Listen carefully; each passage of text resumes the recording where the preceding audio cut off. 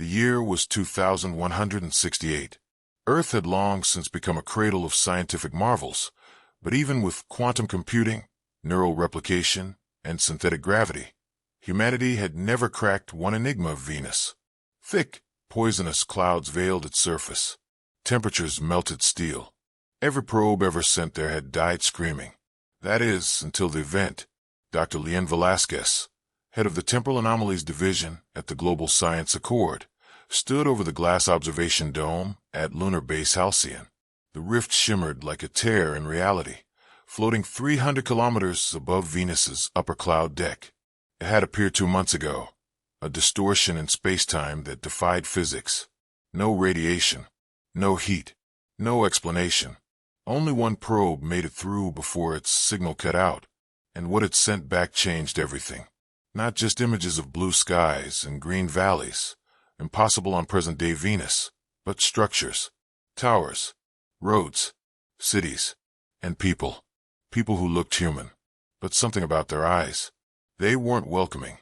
Lian's team had built the Alethea, the first crewed temporal-spatial ship, in record time. Its purpose was now clear.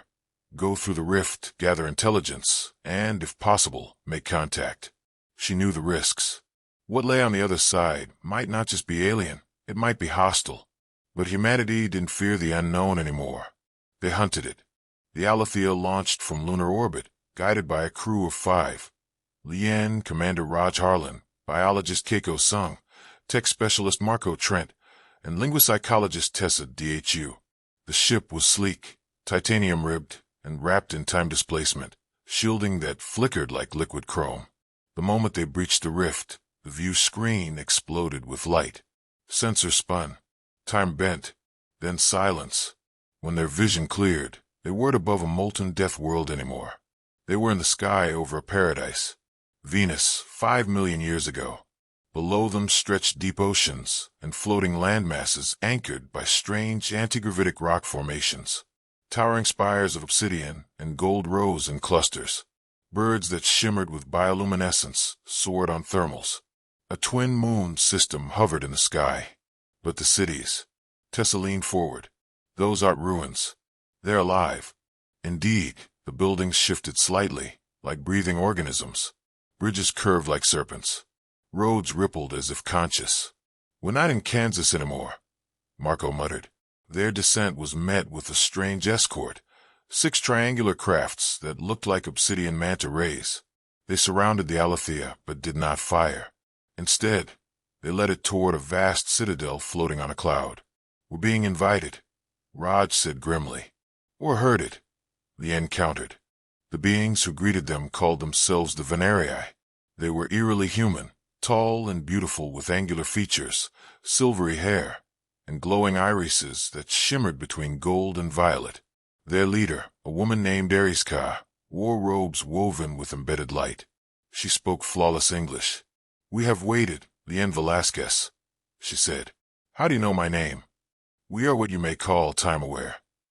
We have seen echoes of your kind, drifting through the time stream. You come from far ahead. At first, they were treated as honored guests.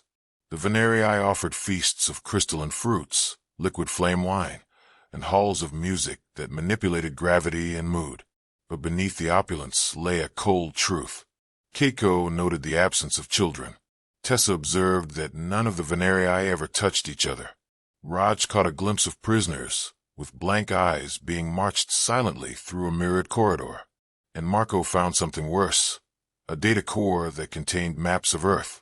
From millions of years ago to the 21st century, they've been watching us. That night, Lian was awakened by a voice in her head.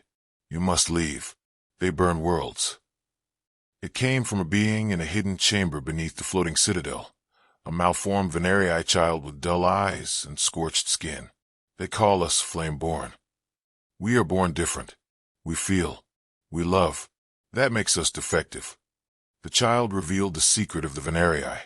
They had mastered time not to explore, but to control. Every society they contacted, they manipulated from the shadows. Earth was their final target. They fear your kind. You are chaos. Unpredictable. Too wild to rule. When the crew confronted Eriska, She did not deny it.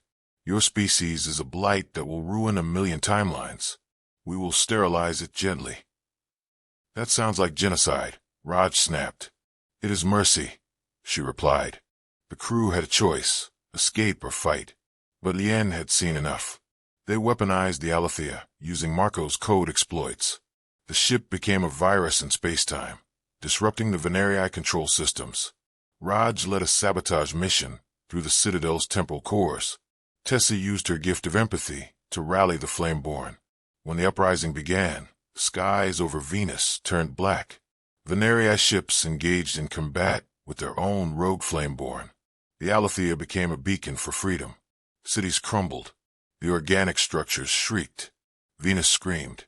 In the final hour, Lien initiated the Nova Gate, a temporal feedback loop that would erase the rift, cut Venus off from Earth, and seal the Venerii forever in a dying timeline.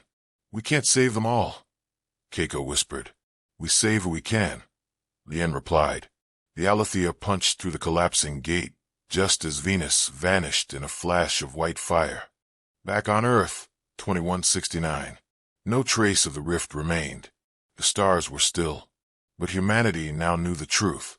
That once, Venus was not a planet of storms, but of tyrants.